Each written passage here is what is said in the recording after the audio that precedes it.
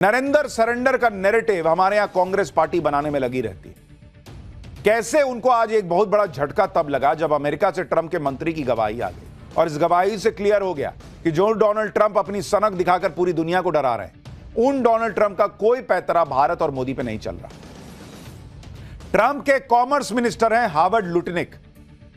आज उनके एक बयान की बड़ी चर्चा है जिसमें लुटनिक ने कह दिया है कि अमेरिका और भारत की ट्रेड डील तो हो ही गई थी अगर मोदी ट्रंप को फोन कर देते। ट्रंप के मंत्री लुटनिक ने कहा कि भारत और अमेरिका के बीच ट्रेड डील तैयार हो चुकी थी, इस पर मुहर लगाने के लिए नेता स्तर पर बातचीत होनी बाकी थी। लुटनिक ने यह भी दावा किया कि भारत को डील करने के लिए 3 हफ्ते का वक्त भी दिया गया और इस डेडलाइन से पहले प्रधानमंत्री मोदी को अमेरिकी राष्ट्रपति ट्रंप को फोन करके बात करनी थी। जैसे वो मुनीर वगैरह मक्खन लगाते हैं, अमेरिका सोचा कि मोदी भी फोन करके मक्खन लगाएंगे, लेकिन वही उनका मंत्री बता रहा है भाई कि भारत तैयार नहीं हुआ, भारत सहज नहीं था ये सब करने में। क्यों करेंगे भाई, तुम ट्रेड डील कर रहे हो, ट्रेड डील करो। हाँ ट्रंप आप बहुत अच्छे हैं, अरे वाह मजा आ गया सर आपने ऐसी डील कर दी। क्यों मोदी बोलेंगे भाई ऐसा? तो पीएम मोदी ने कॉल नहीं किया, ये उनका मंत्री बता रहा है। जो लोग यहां कहते हैं कि मोदी ने फोन कर दिया, अरे मोदी तो झुक गए, ट्रंप का मंत्री कह रहा है बॉस कि मोदी डिड नॉट कॉल। और फिर सनक में ट्रंप ने फाइनल डील नहीं की। ट्रंप के मंत्री ने यह भी दावा किया कि जब बातचीत के लिए तय डेडलाइन का वक्त निकल गया तो अमेरिका ने उसके अगले हफ्ते इंडोनेशिया, फिलीपींस, वियतनाम जैसे बाकी एशियाई देशों के साथ समझौता फाइनल कर लिया। अमेरिकी वाणिज्य मंत्री ने यह भी दावा किया कि 3 हफ्ते का वक्त गुजरने के बाद जब भारत ने इस पर आगे बढ़ने के लिए संपर्क किया तो अमेरिका की तरफ से कहा गया कि मौका निकल चुका है। तो मौका निकल चुका है तो तुम्हारे लिए भी निकला, हमारे लिए भी निकला। लेकिन नरेंद्र मोदी ने देश की अस्मिता के साथ समझौता नहीं किया कि तुमको डील करनी है, बराबरी में डील करो। हम तुमको कह रहे हैं कि ट्रंप को बोलो कि मोदी को फोन करें, तो मोदी क्यों ट्रंप को फोन करेंगे भाई? बाकी दुनिया करती होगी, भारत नहीं करता है। जब से ट्रंप के मंत्री का यह बयान आया है, जब से ट्रंप का वो बयान आया था जिसमें उन्होंने कहा था कि पीएम मोदी ने उनसे मिलने के लिए फोन किया था, भाई कांग्रेस को तो एकदम मौका मिलना चाहिए। एकदम उछल गई, नरेंद्र सरेंडर फिर कहने लगी। लेकिन ट्रंप के मंत्री ने जिस तरीके से अब बात रखी है, और पहले ट्रंप और उनके लोगों की इन हथकंडों को भी आपको समझना चाहिए, क्योंकि कल तक ट्रंप कह रहे थे कि मोदी तो खुद उनसे मिलने के लिए फोन कर रहे थे। आज ट्रंप के मंत्री कह रहे हैं कि मोदी ट्रंप को फोन नहीं करते। सुनिए ट्रंप क्या कह रहे थे और ट्रंप के मंत्री क्या बता रहे हैं, खुद पता चल जाएगा कि यह देश कितना झूठा है भाई। इसके नेता झूठे हैं तो क्या पूरा देश ही झूठा? देखिए कैसे खुद ही अलग अलग बात बोलते हैं। इसीलिए इनकी पाकिस्तान से बनती है, क्योंकि मुनीर, शहबाज वहां वो झूठे, यहां इनका झूठ खत्म नहीं होता। मोदी डिडंट कॉल, ये ट्रंप का वो मंत्री बता रहा है जिसने बैठकर डील जो है वो लगभग कागज पे तैयार कर ली थी। और कांग्रेस पार्टी कह रही है एक बयान डोनाल्ड ट्रंप अनाप शनाप कुछ बोले, यहां एकदम मीम पे मीम, अरे भैया मोदी सरेंडर। ये भी नहीं सोचते हैं कि अपने देश के प्रधानमंत्री के बारे में बोल रहे हैं, जबकि उनके देश का नेता बोल रहा है कि भाई मोदी नहीं झुके। ट्रंप और उनके लोग जिस हालत में बातें कह रहे हैं, कभी कहते हैं कि मोदी ट्रंप से मिलने के लिए फोन करते हैं, कभी कहते हैं मोदी ट्रंप को फोन ही नहीं करते। देखिए ये सब इस चक्कर में है कि मोदी को ये लोग सोच रहे हैं कि झुका लेंगे, भारत को झुका लेंगे, क्योंकि हमारे यहां तो नरेंद्र सरेंडर का 2 मिनट में एकदम पॉकेट में तैयार रहता है, इनका फेंक देते हैं।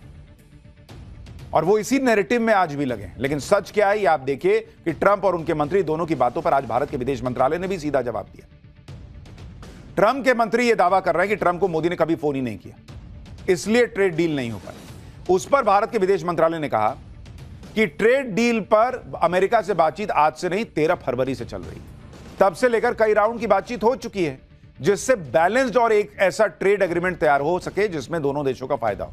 कई मौके ऐसे भी आए जिसमें हम डील के बेहद करीब पहुंचे। ट्रेड डील को लेकर हुई बातचीत को जिस तरह से अमेरिकी वाणिज्य मंत्री ने पेश किया वो सही नहीं है। भारत और अमेरिका दोनों की ऐसी ट्रेड डील में रुचि है जिसमें दोनों देश का फायदा हो, और इस डील को पूरा करने की दिशा में हम देख रहे हैं। जहां तक पीएम मोदी और राष्ट्रपति ट्रंप के बीच फोन की बात है तो 2025 में 8 बार ऐसी बातचीत हो चुकी है जिसमें अलग अलग पहलुओं पर फोन पर बात हुई। जहां तक एक दूसरे को संबोधित करने की बात है तो पीएम मोदी और ट्रंप दोनों ने एक दूसरे को हमेशा आपसी सम्मान के साथ ही संबोधित किया है। यानी भारत का कि आप इस वक्त स्ट्रैटेजी देखिए और भारत का व्यवहार देखिए, एक बैलेंस्ड, एक संयमित बयान जो है वो भारत हमेशा दे रहा है। ट्रंप के बयान सनक से भरे हुए हैं, लेकिन भारत और भारत का जो पक्ष है वो हमेशा संयमित रहा है। और भारत ने क्लियर किया। ऐसा नहीं कि नरेंद्र मोदी ने ट्रंप से कभी बात ही नहीं की, वो कह रहे 2025 में 8 बार तो बात हुई, ऐसा थोड़ी कि दोस्ती तोड़ ली या कभी रिश्ता ही तोड़ लिया। लेकिन तुम ये चाहोगे कि डील तब होगी जब मोदी फोन करेंगे, वाह सर बहुत अच्छा कर दिया, ऐसा बोलेंगे तो नहीं होगा। ये सीधा हिसाब है।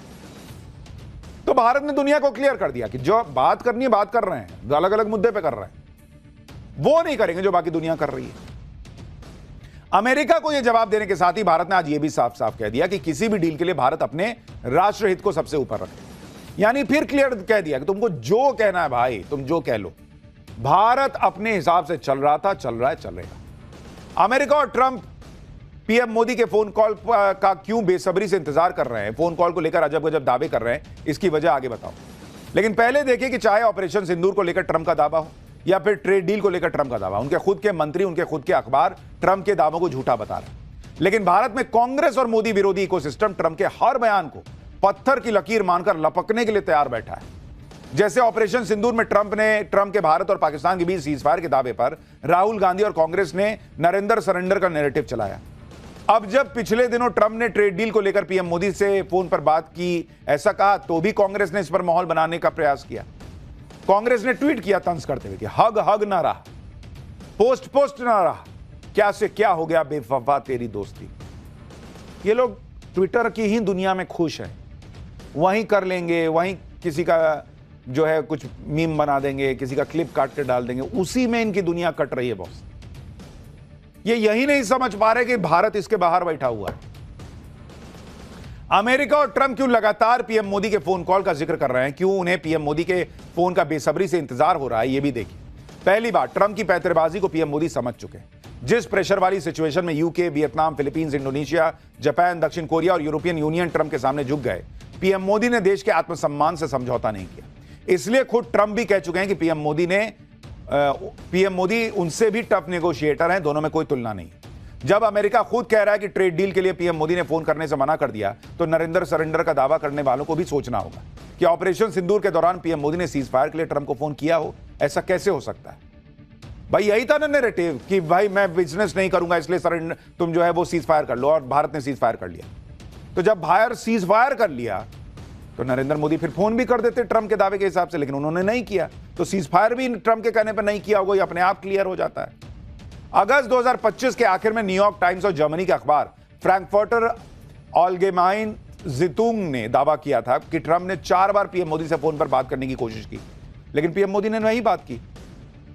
अब दूसरी बात यह भी देखिए कि जो ट्रंप के टैरिफ वाले प्रेशर में झुक गए और जिन्होंने डील के लिए ट्रंप से बात की, उनका क्या हाल हुआ। जापान के प्रधानमंत्री शिगेरू इशिबा को इस्तीफा देना पड़ा। ट्रंप के साथ डील को लेकर यूके के प्रधानमंत्री के कार्टून बन रहे हैं, उनकी कमजोरी का मजाक उड़ाया जा रहा है। दक्षिण कोरिया और यूरोपीय यूनियन के लोग भी ट्रंप के साथ डील को लेकर नाराजगी जता रहे हैं। ये लोग अपने नेताओं से मजबूती दिखाने की उम्मीद कर रहे थे। सीधी सी बात है कि नरेंद्र मोदी रत्ती भर इधर से उधर नहीं हुए देश हित के मामले में। ट्रंप पूरा दम लगाकर भी मोदी को हिला नहीं पाए, और दुनिया में वही एक ऐसे नेता दिखते हैं जिनसे ट्रंप इस वक्त हारे हुए दिख रहे हैं। इसमें आप इस बात को भी समझिए कि भारत किस तरह के नेता से डील कर रहा है। भाई ट्रंप तो वो हैं जो किसी की परवाह नहीं कर रहे हैं। अमेरिकी मीडिया को कल ही दिए एक कई इंटरव्यू में ट्रंप ने से जब पूछा गया कि जिस तरह से वो इंटरनेशनल रूल्स की धज्जियां उड़ाते चले जा रहे हैं, उसमें उनकी लिमिट क्या है, कहां रुकिएगा बॉस, या रुकिएगा भी नहीं कि नहीं। इस पर ट्रंप ने कह दिया कि उन्हें अंतर्राष्ट्रीय कानून की कोई जरूरत ही नहीं, सिर्फ एक ही चीज उन्हें रोक सकती है और वो है उनका अपना दिमाग। यानी जब वो खुद चाहेंगे तभी ये सब रुकेगा, नहीं तो ऐसा ही चलता रहेगा। ट्रंप ने यह भी कबूल किया कि वो ऐसी हरकतें दबाव बनाने के लिए करते हैं। ट्रंप ने कहा कि अमेरिका जब तक खुद चाहेगा तब तक वेनेजुएला को चलाएगा। ट्रंप ने यह भी कहा कि वो मेक्सिको में ड्रग कार्टेल्स पर जमीनी हमला करेंगे। ग्रीनलैंड पर ट्रंप ने कह दिया कि अमेरिका को इसका मालिकाना हक हर हाल में चाहिए। मतलब एकदम जैसे फिल्मों में नहीं गुंडाई टाइप होता कि मुझे चाहिए तो चाहिए, वैसा हिसाब चल रहा है। और ये दुनिया को ज्ञान देते हैं कि तुम ये मत करो, तुम वो मत करो, रूस तुम एक काम करो, उससे युद्ध रोक दो, मुझे नोबेल दे दो। क्या है भाई ये? लेकिन अगर ग्रीनलैंड अमेरिका ने छीन लिया तो फिर नेटो नहीं बचेगा, क्योंकि ट्रंप जिस तरह की हरकतें कर रहे हैं उससे पूरा यूरोप भड़का हुआ है। फ्रांस के राष्ट्रपति मैक्रो ने कह दिया कि अमेरिका अंतर्राष्ट्रीय नियमों को तोड़ रहा है और अपने ही सहयोगियों से धीरे धीरे दूर होता चला जा रहा है। जर्मनी के राष्ट्रपति ने कह दिया कि अमेरिका वर्ल्ड ऑर्डर को ध्वस्त कर रहा है, दुनिया के लुटेरों का राज बनाने से रोकना ही होगा। उधर ग्रीनलैंड के मालिक डेनमार्क ने भी कह दिया है कि अगर उनकी जमीन कब्जाने में कोई आएगा तो वो नहीं पूछेंगे कि कौन है, पहले गोली चलाएंगे फिर पूछेंगे कि कौन है। तो ये हाल हो रखा है। और इस बीच अब ट्रंप ने ईरान में आग लगा दी है। एक आध तस्वीर ईरान का दिखाइए जरा, किस तरह से ईरान में अब ये घुस गए। और ये मैं नहीं कह रहा हूं, ये वहां खamenei कह रहे हैं कि ईरान की सड़कों पर ये जो आग जलती आपको दिख रही है, जो बवाल हो रहा है, जो हंगामा हो रहा है, ये सब अमेरिका करा रहा है। तो भारत में भी ये लोग प्रयास कर रहे हो कि भारत को में आग लगा दे, ऐसा कर रहे हो पर्दे के पीछे से, तो कोई बहुत आश्चर्य की बात नहीं है, लेकिन कर नहीं पाए हैं अभी तक, ये मान के चलिए। पाठशाला में अब अगली क्लास, जिसमें आपको दिखाऊंगा मुंबई में मोदी का मेगा प्लान। वो होने जा रहा कि उद्धव राज ठाकरे दोनों का सियासी करियर खत्म हो जाएगा। क्या आदित्य ठाकरे जेल जाएंगे? देवेंद्र फडणवीस ने ऐसा क्या कह दिया जो उद्धव की टेंशन बढ़ा देगा? उधर ओवैसी के लिए मुसलमानों में गजब क्रेज, इधर बीजेपी ने ओवैसी की पार्टी से हाथ मिला लिया। क्या शरद पवार अमित शाह की कौन सी मीटिंग पर सीएम फडणवीस ने बड़ा खुलासा कर दिया? अब इसका चैप्टर देखिए। इस वक्त सबकी नजर वैसे तो बंगाल पर है, लेकिन बंगाल के चुनाव में थोड़ा वक्त है, और बंगाल के साथ साथ बहुत बड़ी हलचल कहीं मची है, तो वो है महाराष्ट्र। महाराष्ट्र की राजनीति में बड़े बड़े उलटफेर पिछले कुछ सालों में हुए हैं, लेकिन अब जो हुआ वो किसी ने सोचा नहीं था। उद्धव ठाकरे और राज ठाकरे, जिनकी आपस में बनती नहीं थी, वो बीएमसी चुनाव के लिए एक हो चुके हैं। वो बीएमसी जिसका बजट ही भारत के कई राज्यों से बड़ा है, कहने को तो म्युनिसिपल कॉर्पोरेशन है, लेकिन एशिया का सबसे बड़ा म्युनिसिपल कॉर्पोरेशन है। और नरेंद्र मोदी, देवेंद्र फडणवीस को अब ये लोग चैलेंज कर रहे हैं। ठाकरे भाइयों के इस चैलेंज के बीच आज मैंने महाराष्ट्र के सीएम देवेंद्र फडणवीस का एक इंटरव्यू किया। आज आपको दिखाऊंगा कि नरेंद्र और देवेंद्र की जोड़ी ने ऐसा क्या प्लान बनाया है कि क्या ठाकरे भाइयों की पॉलिटिक्स ही खत्म हो जाएगी। क्योंकि आप देखिए, उद्धव ठाकरे और राज ठाकरे दोनों के सामने अस्तित्व का संकट है। ठाकरे परिवार की विरासत के नाम पर दोनों साथ आए। उद्धव की राजनीति को बीएमसी से खाद पानी मिलता है। अगर बीएमसी हार गए तो उद्धव ठाकरे के पास कुछ ना बचेगा बॉस। मुंबई के दम पर ही उद्धव ठाकरे की राजनीति चलती है, और इसी राजनीति को बचाने के लिए उद्धव ठाकरे ने अब राज ठाकरे का सहारा लिया। लेकिन उद्धव और राज के लिए बीजेपी क्या बड़ा प्लान लेकर आई है? अजीत पवार, शरद पवार, इनके बीच क्या खेल हुआ है, सब बताऊंगा। ओवैसी मुसलमानों को कैसे अपनी तरफ खींच रहे हैं, बीजेपी और ओवैसी के बीच क्या गठजोड़ की बात चल रही है, सब लाया हूं। पहले एक ट्रेलर देखिए।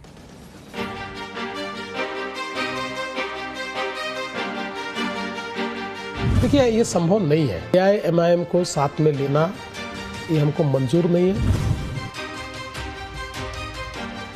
इस अलायंस में the biggest loser will be Raj Thackeray. कि सोचिए क्या सीन रहता होगा, जैसे जब एक कमरे में देवेंद्र फडणवीस हैं, अजीत पवार हैं।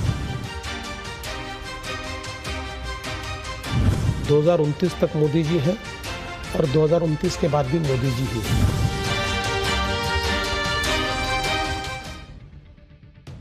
नरेंद्र मोदी का वो मेगा प्लान क्या है जिससे उद्धव ठाकरे और राज ठाकरे का सियासी करियर खत्म होने वाला है, वो बताऊंगा। लेकिन आप देखिए कि कैसे ठाकरे भाई इस वक्त साथ आकर प्रचार कर रहे हैं, अपनी ताकत दिखा रहे हैं और नरेंद्र मोदी को सीधा चैलेंज कर रहे हैं। उद्धव ठाकरे ने कह दिया है कि वो मोदी के लिए प्रचार करते थे, लेकिन अब मोदी उनकी पार्टी खत्म करने पर तुले। राज ठाकरे के साथ मिलकर बीजेपी से लड़ेंगे और राज ठाकरे से अब वो कभी अलग नहीं होंगे। इधर राज ठाकरे कह रहे हैं कि वो मंदिर तो जाएंगे, लेकिन गंगा का पानी नहीं पिएंगे। इसका हिंदुत्व से क्या संबंध है? राज ठाकरे ने मुसलमानों को लुभाते हुए कहा कि महाराष्ट्र में रहने वाला मुसलमान मराठी मुसलमान है। यानी उद्धव और राज ठाकरे हर वो कोशिश कर रहे हैं जिससे उनकी पॉलिटिक्स चलती रहे या बच जाए।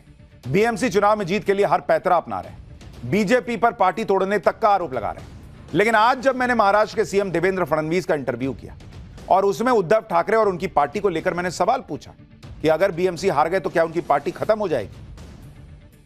फडणवीस ने कहा कि उद्धव ठाकरे की पार्टी एक प्राइवेट कंपनी की तरह है जिसमें मालिक नहीं बदलता। देखिए, वो पार्टी जो है ना, वो उनकी प्राइवेट प्रॉपर्टी है। वो मालिक है उस पार्टी के, इसलिए मालिक चेंज नहीं हो सकता है। नीचे के जो है वो बेचारे सारे सैनिक और बाकी सारे जो लोग हैं वो इधर उधर जाते रहेंगे, चेंज होते रहेंगे, मालिक की मर्जी आएगी वैसा वो चलता रहेगा। हाँ, इतना ज़रूर है। देखिए, मैं हमेशा ये कहता हूँ कि चुनाव में हारना या चुनाव में जीतना ये मायने नहीं रखता, लेकिन हारने के बाद उस हार से आप क्या सीख लेते हो ये मायने रखता है। कांग्रेस की हालत क्यों खराब है? जो प्रधानमंत्री जी कहते हैं, किसी भी हार से वो सीखते नहीं है, वही मूर्खता, उसी प्रकार का व्यवहार वो लगातार करते रहते हैं। अगर उद्धव जी और उनकी सेना इस हार से नहीं सीखेंगे तो आगे भी उनका हश्र यही होगा। मुझे यह लगता है आपकी लोगों में जाने की कितनी मंशा है संघर्ष करने की कितनी मंशा है, पार्टी चलाना है तो उसको समय देने की कितनी मंशा है, इस पर निर्भर करता है।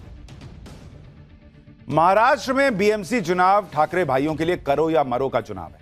खास तौर पर मुंबई की बीएमसी तो उद्धव ठाकरे के लिए लाइफलाइन है। अगर बीएमसी हार जाते हैं तो मामला गड़बड़ हो सकता है।